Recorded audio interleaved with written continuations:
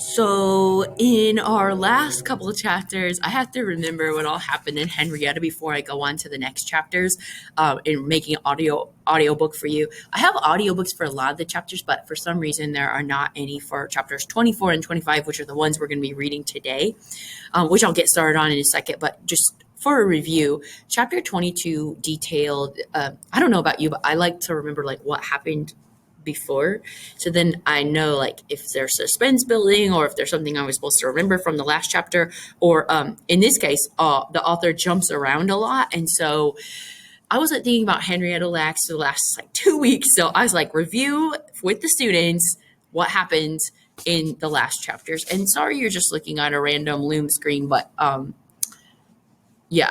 we'll get to the book here in a second. But here's a review. So chapter 22, we know that Dr. Guy has gotten sick, fallen ill. He wants his lab to grow GG cells. However, they end up opening him up and the cancer had gone too far. He ends up releasing Henrietta's name and telling his lab assistant that it's fine if she publishes the name. But she doesn't. She just kind of sits on the name because, she's probably working on stuff. She doesn't want to just violate the family's rights and stuff. People do have privacy rights, and nobody really asked her, so she didn't really go and publish that. No one was really caring at that time, I guess. Another thing that happened is President Nixon, I think this is at the end of chapter 22, ends up setting sort of, I'm going to call it an ultimatum date. And what that means is he wanted scientists to find a cure for cancer. That looks really good for him, by the way. And from listening to the Slow Burn podcast, it seems like he really needed some positive propaganda coming out of his office. But yeah, he allows like millions of dollars to go towards cancer research. It's just kind of funny, like as a modern day reader, like, oh, President, you expect these scientists to be able to find the cure for cancer in 2 years? Like, okay. And so, okay, the next chapter, 23, opens up where we are remembered of this character, Babette. And now this time is set in 1973. Just to remind you who Babette is. I remember she was looking after Deborah, Henrietta's daughter. It says she's also Lawrence's wife. She helped raise Lawrence's siblings after Henrietta's death and advocated for them when she discovered that they were being abused. And remember, Lawrence is Henrietta's oldest son. Okay, so just like a little picture here. There's Henrietta, and I don't know if you need pictures, but let's see. I think Babette's over here. I should just share this link with you guys. Okay, but her real name was Barbara. Sorry, this is not very good. Okay, so Babette, she ends up finding out in a random dinner, like she's over at somebody's house, she finds out that her mother-in-law's cells are still alive, which is crazy to her because she didn't know that. They never gave a consent for that. And Deborah, Henrietta's daughter, who was like 1 or 2 when Henrietta died, was told that scientists want to make sure that her children were safe. So she ends up consenting to a blood test. But here's the problem. That may not have been, okay, this Chinese researcher was just sent to get the cells and told Deborah, don't you want to make sure that, your kids are safe and stuff?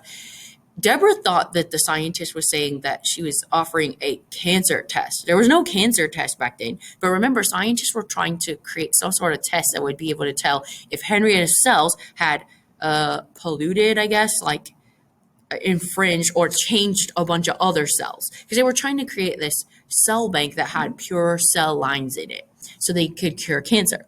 But this Chinese scientist, she did not ever really say that it was a cancer test. I think there was something lost in translation because Deborah did not go to like formal science school, but the Chinese scientist did not speak English as a first language. So there was definitely a language barrier. And several times Deborah had called Johns Hopkins to find out the results of her test, but it wasn't a test.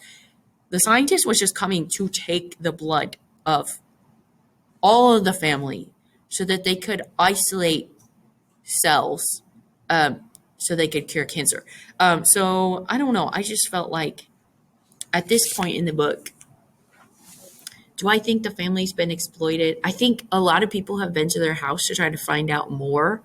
But the Day family was never really given the real true facts. I don't think that was out of malice or evil, and I don't think the original doctor, Dr. Guy, I think he was also operating through his own sense of morality. Like he just thought that cells should be available to scientists so they could study them.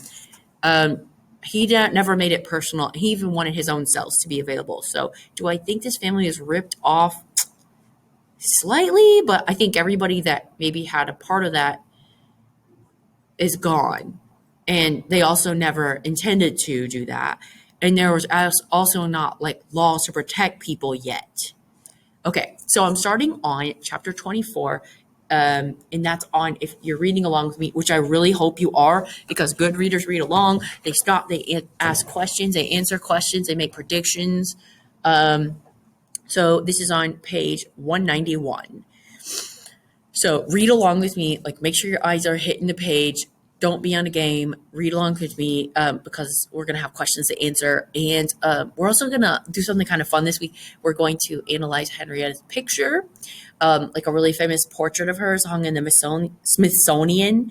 And everybody's going to get a certain topic to look up about the picture. And I just like that assignment. It's going to be fun. It just gets us out of our reading. Also, the next chapter has a bunch of pictures in it. And we're just so close to the end of the book, you guys. Just hang in there. The book ends technically on, looks like 313. So that's awesome. We're almost there. Okay. The least they can do.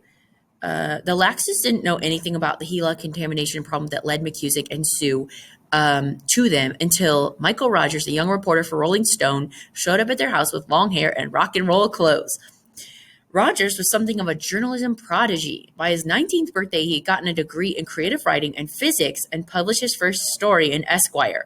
By his early 90s, when he started looking into the Gila story, he'd already published 2 books and joined the staff of Rolling Stone.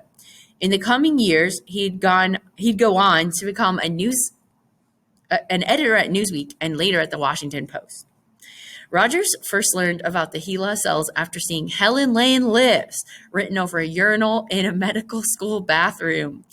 He started reading news reports about Gila cells and the contamination problem and realized it would make a great story for Rolling Stone, the perfect mix of science and human interest. So Rogers set out to find this mysterious Helen Lane. I love how Henrietta is haunting this guy too in a urinal. That's a little bit weird, but you go, Henrietta. He called Margaret Guy, who was friendly and talkative, until Rogers asked about Helen Lane. And I assume this is Dr. Guy's wife. Then she told him it wouldn't be a good, page 192, idea for them to meet, and hung up. Eventually, Rogers found his way to Walter Nelson Rees, who mentioned as an aside that Henrietta Lacks was the real name of the woman behind the cells. Soon, while sitting on his Baltimore hotel bed with the view of the Bromo Seltzer clock, Rogers found Lawrence Lacks in the phone book. It was the winter of 1975. The streets were icy, and on his way to Lawrence's house, Rogers' taxi was hit by another car in the middle of an intersection. The cab spun in the road, doing 5 and then 6 full circles, as if some giant hand had reached down and spun it like a bottle. Rogers had done risky reporting all over the world, and now he was sitting in the back of a cab, gripping a door handle, thinking, damn it would be really stupid if I got killed in Baltimore working on this of all assignments. It's not even a dangerous story. Decades later, as I talked with Rogers in his Brooklyn apartment, we agreed, only half joking, that the spinning cab was probably no accident. Deborah would later say that it was Henrietta warning him to leave her family alone because he was about to tell them something upsetting. She'd also say that Henrietta started the famous Oakland, California fire that later burned down Rogers' house. Oh my gosh, destroying all the notes and documents he collected about Gila and Henrietta's family. I'm starting to get paranoid. When Rogers made it to Lawrence's house, he expected to interview the Laxes about Henrietta, but he found himself bombarded with questions instead. Of course he was. In my last worksheet that I designed, I wrote, if I were Day, wouldn't I ask more questions? Yeah. It was so clear they hadn't been treated well, Rogers told me. They truly had no idea what was going on, and they really wanted to understand. But doctors just took blood samples without explaining anything and left the family worrying. Lawrence asked, what I was wondering was about these cells. They say they're stronger, they're taking over. Is that bad or good? Does that mean if we get sick, we'll live longer? Rogers told the Laxes that no, the cells being immortal didn't mean they'd become immortal too, or that they'd die of cancer, but he wasn't sure that they believed him. He explained the concepts of cells as best he could and told them about the media reports that had already appeared about Gila. He promised he'd send them copies to read. At that point, no one in Henrietta's immediate family except Deborah seemed particularly upset about Henrietta's story or the existence of those cells. I'm on the top of 193 if you got lost. I didn't feel too much about the cells when I first found they was living, Sonny told me years later. Long as it's helping somebody, that's what I thought. But that changed when he and his brothers read Rogers' article and learned this. Okay, this is the bad news. Cell lines are swapped, traded, forwarded, begged, and borrowed among research institutions around the world.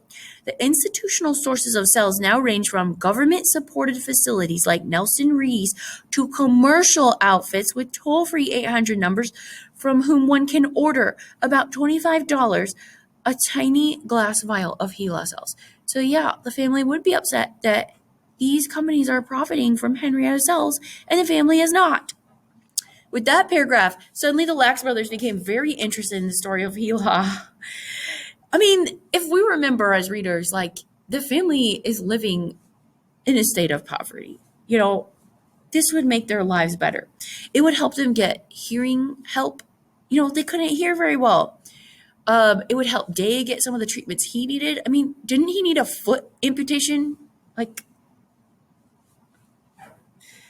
Not to mention, they probably do need some genetic testing because of the intermarriage that happens. This is.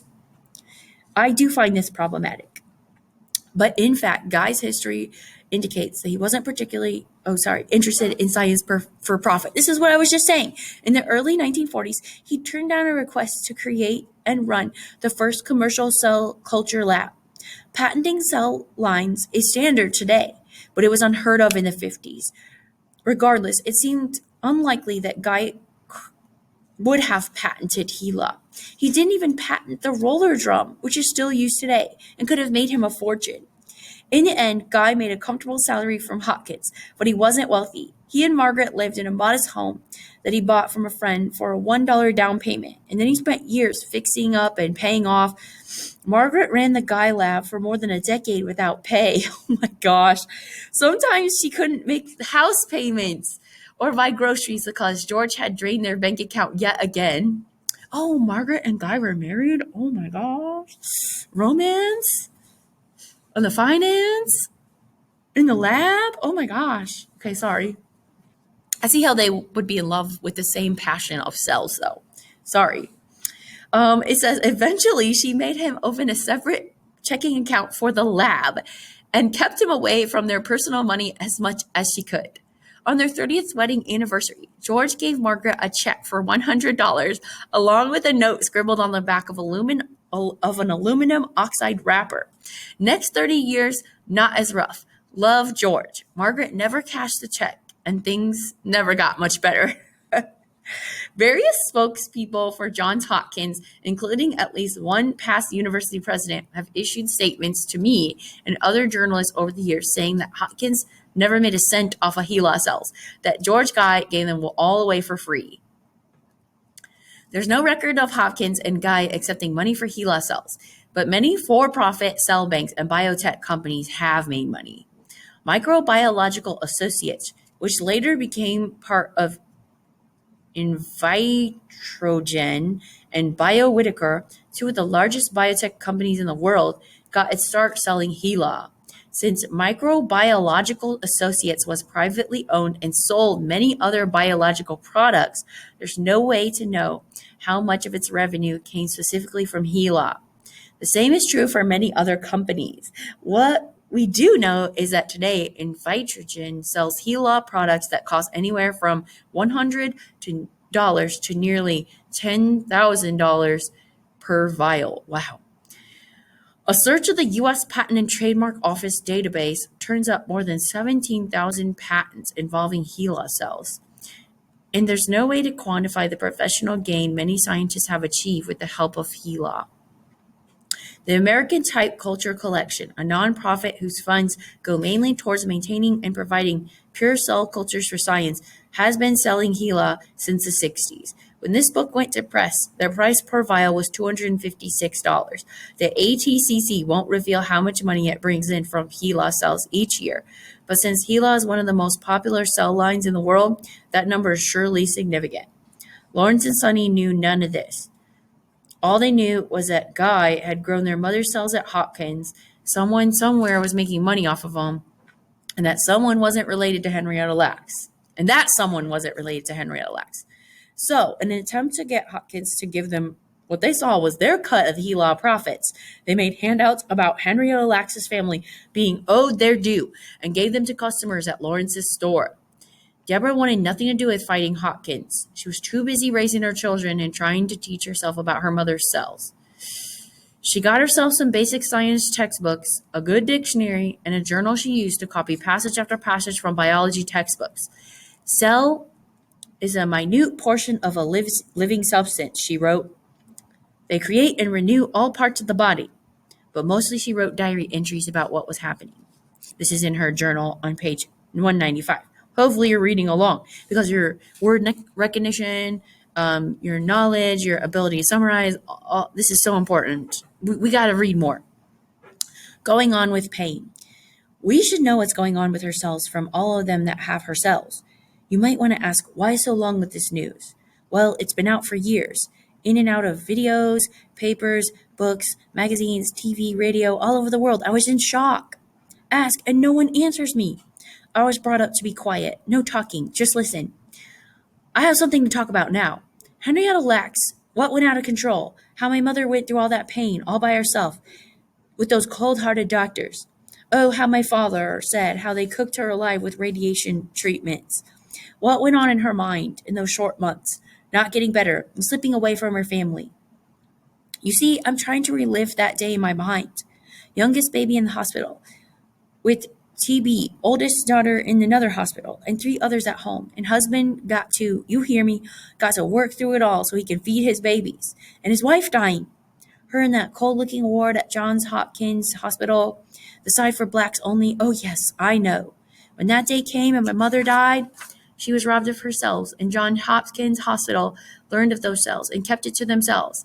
And this is written in like a dialect and also in like kind of a stream of consciousness narrative. So it's kind of hard to read.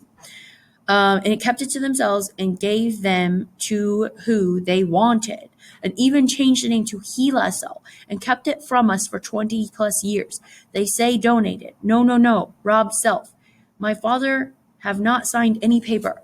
I want them to show me proof. Where are they? Okay, this is not in her diary anymore.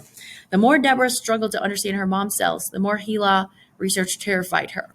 When she saw a Newsweek article called People Plants, and that said scientists had crossed Henrietta Lacks' cells with tobacco cells, Deborah thought they created a human plant monster that was half her mother, half tobacco.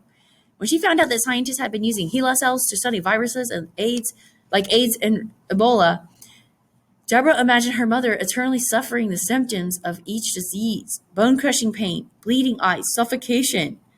And she was horrified by reports of a psychic healer who, while conducting research into whether spiritual healing could cure cancer, attempted to kill HeLa cells by laying on of hands. He wrote, okay, this is the psychic healer. As I held the flask, I concentrated on a picture I formed in the mind of the cells, visualizing a disturbance in the cell fields and the cells blowing up. While I worked, I could feel a virtual tug of war going on between my hands and the cell's powerful adhesive ability. And then I felt the field give away.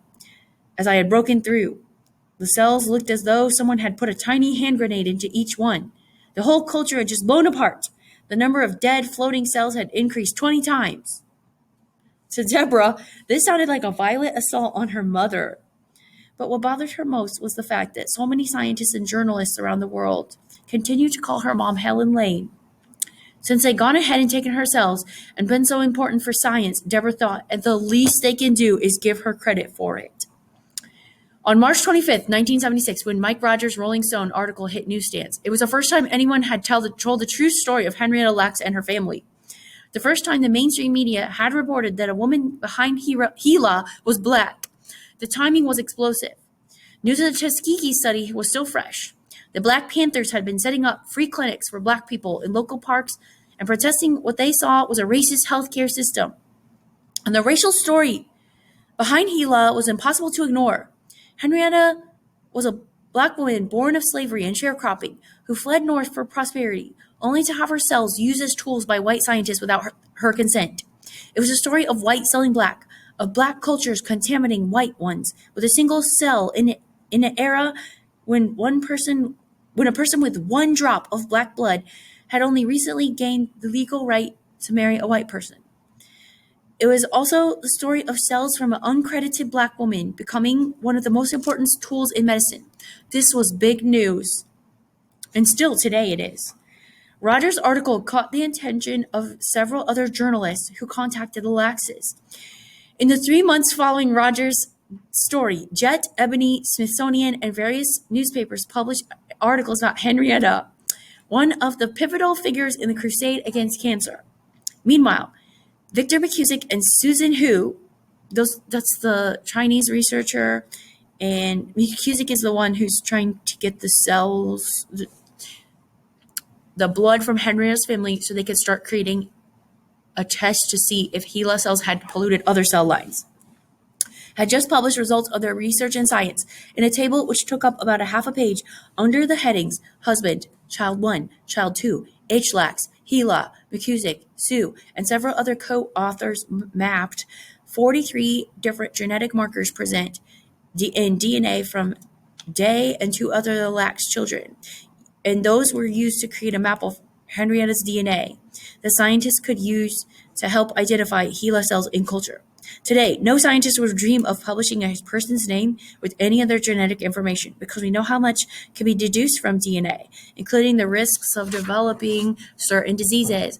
Publishing personal medical information like this could violate the 1996 Health Insurance Portability and Accountability Act. It's called HIPAA, and result in fines up to $250,000 and 10 years in jail. It could also violate the 2008 Genetic Information Non-Discrimination Act, used to protect people from losing their health insurance or employment due to genetic discrimination. But there was no such federal oversight at that time, and a lawyer might have told the Laxes that they could sue on the grounds of privacy violation or the lack of informed consent. The Laxes did not talk to a lawyer. They didn't even know anyone had done research on their DNA, let alone published it. Deborah was still waiting to hear the results of what she thought was her cancer test, and Sonny and Lawrence were still busy trying to find out how to get money from Hopkins. They didn't know on the other side of the country, a white man named John Moore was about to begin fighting the same battle. Unlike the Lax family, he knew who had done what with his cells and how much money they made. He also had the means to hire a lawyer. Okay, this next chapter is chapter 25. I got to pause really fast. Okay, sorry about that. I had to run off for a second, but I'm back. Chapter 25. Here we have, who told you could sell my spleen? Wow, that really gets my interest. All right, in 1976, this is page 199. Keep reading along with me because I'm going to have to make up some quizzes for us to do just so we stay on task so we keep reading, okay? In 1976, the same year Mike Rogers published his article in the Rolling Stone and the Lax family found out people were buying and selling Henrietta's cells, John Moore was working 12-hour days, 7 days a week as a surveyor on the Alaska pipeline. He thought the job was killing him. His gums bled, his belly swelled, bruises all over his body. It turned out that at age 31, he had hairy cell leukemia, a rare and deadly cancer that filled his spleen with malignant blood cells until it bulged like an overfilled inner tube. Poor guy. Moore's local doctor referred him to David Goldie, a prominent cancer researcher at UCLA, who said that removing his spleen was the only way to go. Moore cited consent forms saying the hospital could dispose of any severed tissue or member by cremation. And Goldie removed his spleen. Okay, well, that form says that they should dispose of it or burn it. A normal spleen weighs less than a pound. Moore's weighed 22 pounds. Oh my gosh! What even does a spleen do, guys? Spleen, I don't know. I want to Google after this video. After the surgery, Moore moved to Seattle, became an oyster salesman, and went on with his life. But every few months, between 1976 and 1983, he flew to LA for follow-up exams with Goldie. At first, Moore didn't think much of the trips, but after years of flying from Seattle to LA, so Goldie could take bone marrow, blood, and semen, he started thinking, can't a doctor in Seattle do this? When Moore told Goldie he wanted to start doing his follow-ups closer to home, Goldie offered to pay for the plane tickets and put him up in style at the Beverly Wilshire. Okay, well, why didn't you volunteer this in the first place?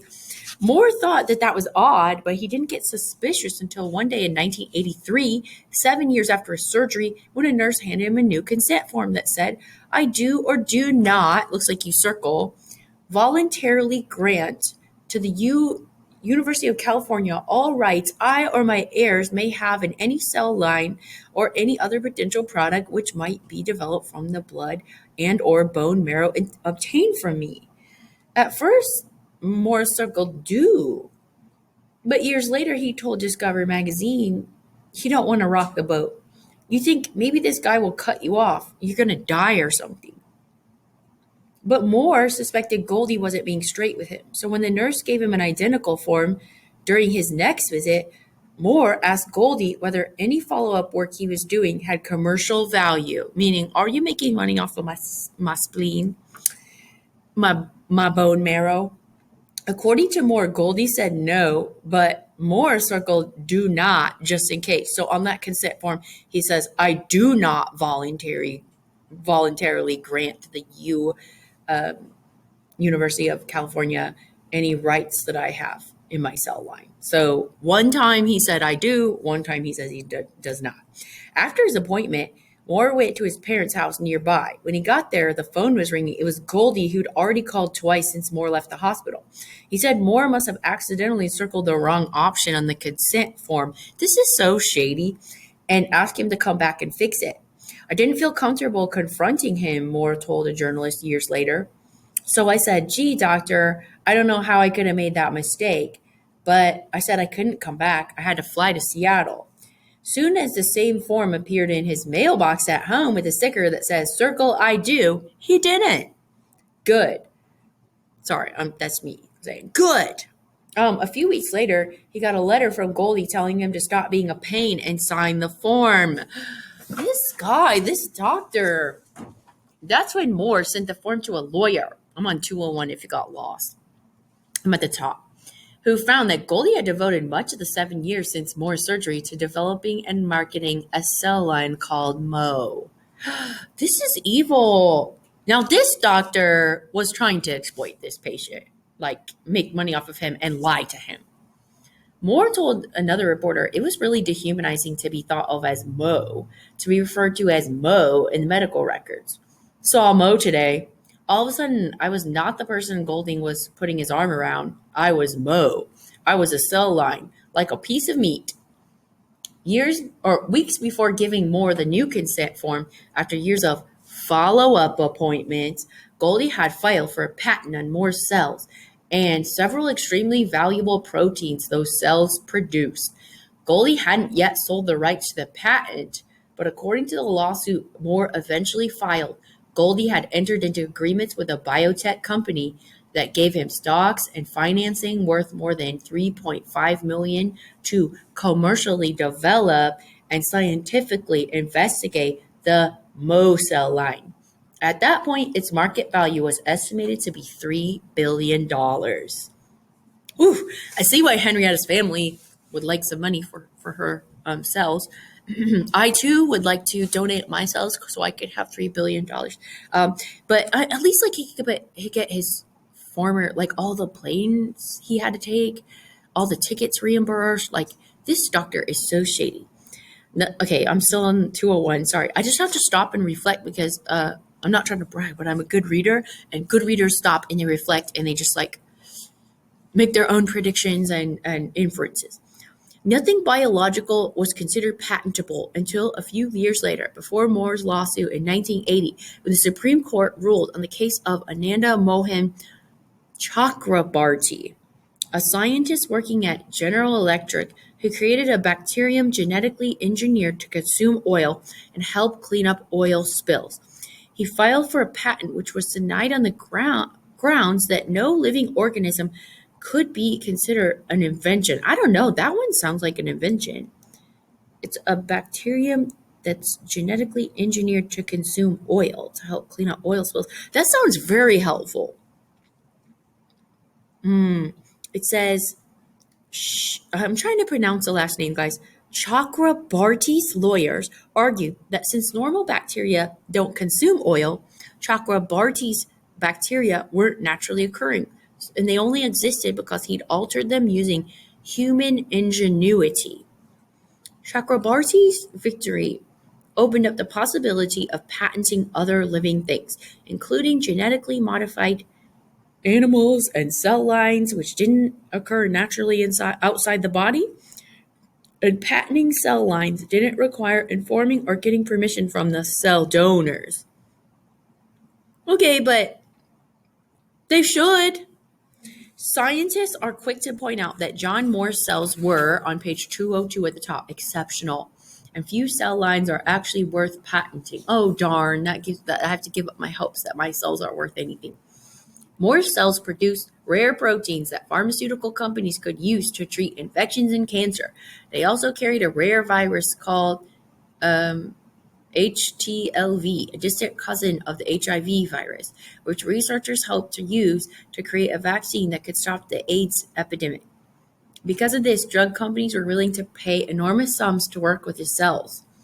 Had Moore known this before Goldie patented them, he could have approached the companies directly and worked out a deal to sell the cells himself. In the early 1970s, a man named Ted Slavin had done precisely that with antibodies from his blood.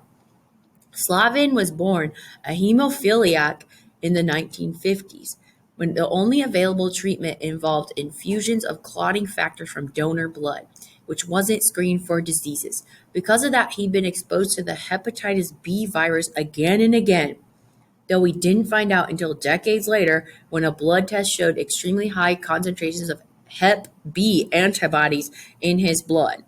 When the results of that blood test came back, Slavin's doctor, unlike Moore's, told him his body was producing something extremely valuable. Researchers around the world were working to develop a vaccine for Hep B, and doing so required a steady supply of antibodies like Slavin's, which pharmaceutical companies were willing to pay large sums for. And this was convenient because Slavin needed money. He worked odd jobs waiting tables, doing construction, but he eventually have another hemophilia attack and end up unemployed again. So Slavin contacted laboratories and pharmaceutical companies to ask if they wanted to buy his antibodies. They said yes in droves. Slavin started selling his serum for as much as $10 a milliliter at up to 500 milliliters per order to anyone who wanted it. But he wasn't just after money. He wanted someone to cure Hep B. So he wrote a letter to Nobel Prize winning virologist Baruch Blumberg, who discovered the Hep B antigen and created the blood test that found Slavin's antibodies in the first place. Slavin offered Blumberg unlimited free use of his blood and tissues to research, which began a years-long partnership. With the help of Slavin's serum, Blumberg eventually uncovered the link between Hep B and liver cancer and created the first Hep B vaccine, saving millions of lives. Well, here this guy's trying to like further science, but also help himself because he got Hep B from getting the blood for his rare, what was it again? His rare hemophilia. Whew. Okay, so It says Slavin, this is on the top of 203. Sorry, I'm trying to stay on task here. Slavin realized he probably wasn't the only patient with valuable blood, so he recruited other similarly endowed people and started a company, Essential Biologicals, which eventually merged with another larger biological product corporation. Slavin was only the first of many who have since turned their bodies into businesses, including nearly 2 million Americans who currently sell their blood plasma, many of them on a regular basis. Ew, I couldn't do that. I would get nauseous. Every time they take blood from me, I'm like, oh. Okay. Moore, however, couldn't afford to sell the Mo cells because then he would have violated Goldie's patent. So in 1984, Moore sued Goldie in UCLA for deceiving him and using his body in research without consent. He also claimed property rights over his tissues and sued Goldie for stealing them. Yes! With that, he became the first person to legally stake a claim to use his own tissue and sue for profits and damages. Yes, because if you too were going to go to the hospital and you were told, like, oh, they're going to take your tonsils out, or I don't know what, they're going to remove your gallbladder. You want to make sure that the gallbladder is destroyed and not used to make a lot of money for the hospital or the scientists. Like, you should get a part of that. That's your gallbladder. Yeah. When Judge Joseph Wapner, most famous for being the judge on the People's Court television show, ended up refereeing the depositions, Moore figured no one would take the case seriously, but scientists worldwide panicked. If tissue samples, including blood cells, became patient property, researchers taking them without getting consent and property rights up front would risk being charged with theft. Yes!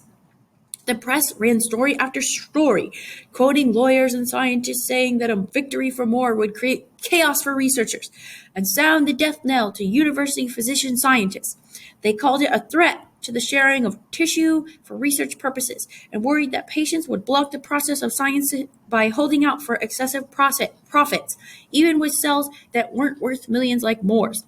But plenty of science was already on hold while researchers, university, and biotech companies sued one another over ownership of various cell lines. Only two of those cases mentioned the people those cells came from.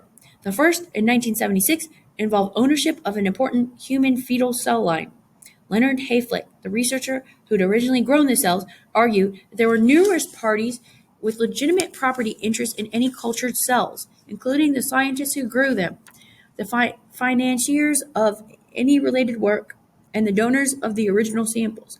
Without any of those contributions, he said, the cultured cells wouldn't exist, and neither would any money resulting from their sale.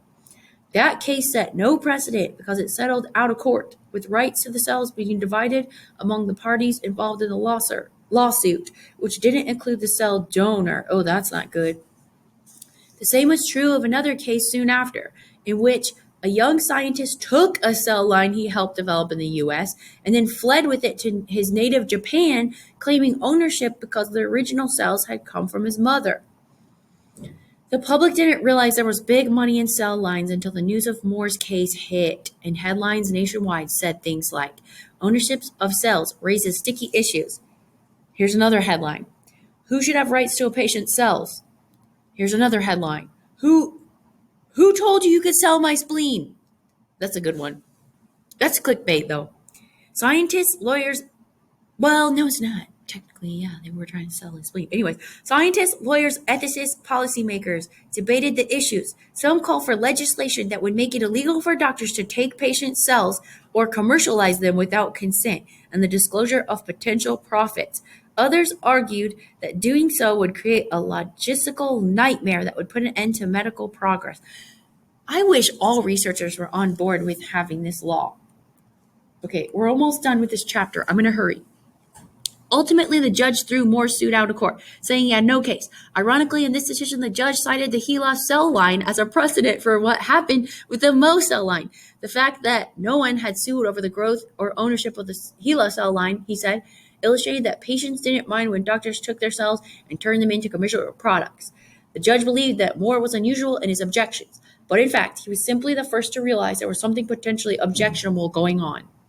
Moore appealed, and in 1988, the California Court of Appeals ruled in his favor, pointing to the Protection of Human Subjects in Medical Experimentation Act, a 1978 California statute requiring that research on humans respect the right of individuals to determine what is done with their own bodies. I gotta pause really fast. Okay, so in the last chapter, in the last part that I just read, we find out that the judges wrote, this is on 205, a patient must have the ultimate power to control what becomes of his or her tissues.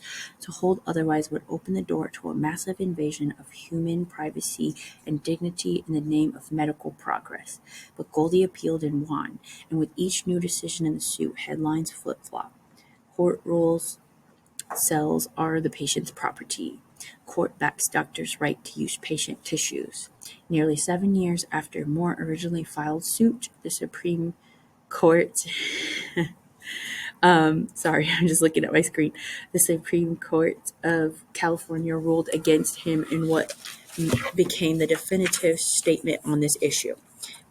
When tissues are removed from your body, with or without consent, any claim you might have had to owning them vanishes.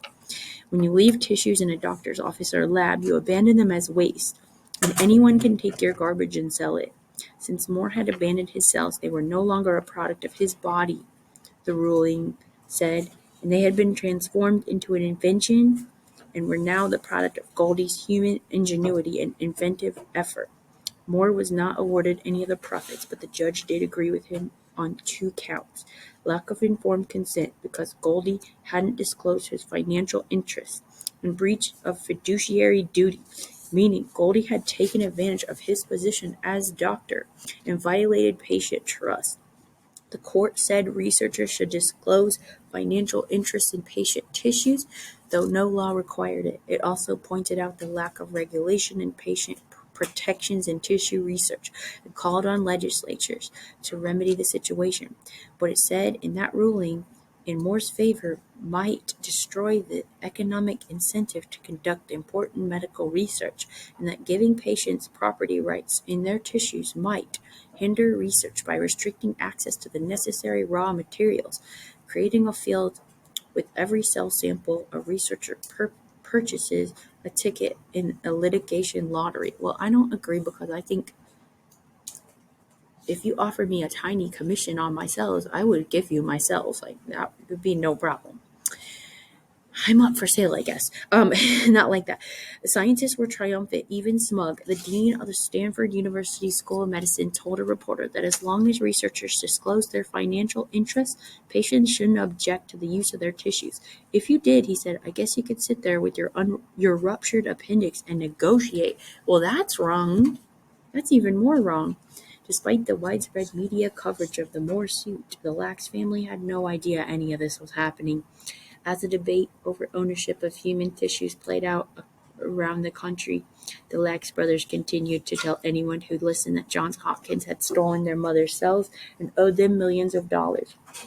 And Deborah started handing out newsletters about her mom and the cells, saying, I just want you to read out what's on the paper and tell everyone. Bring it around. We want everyone in the world to know about our mom. And here's some lovely pictures showing you just Henrietta's family, and that just really helped me when I looked at it. Okay, that's the end of chapter 25.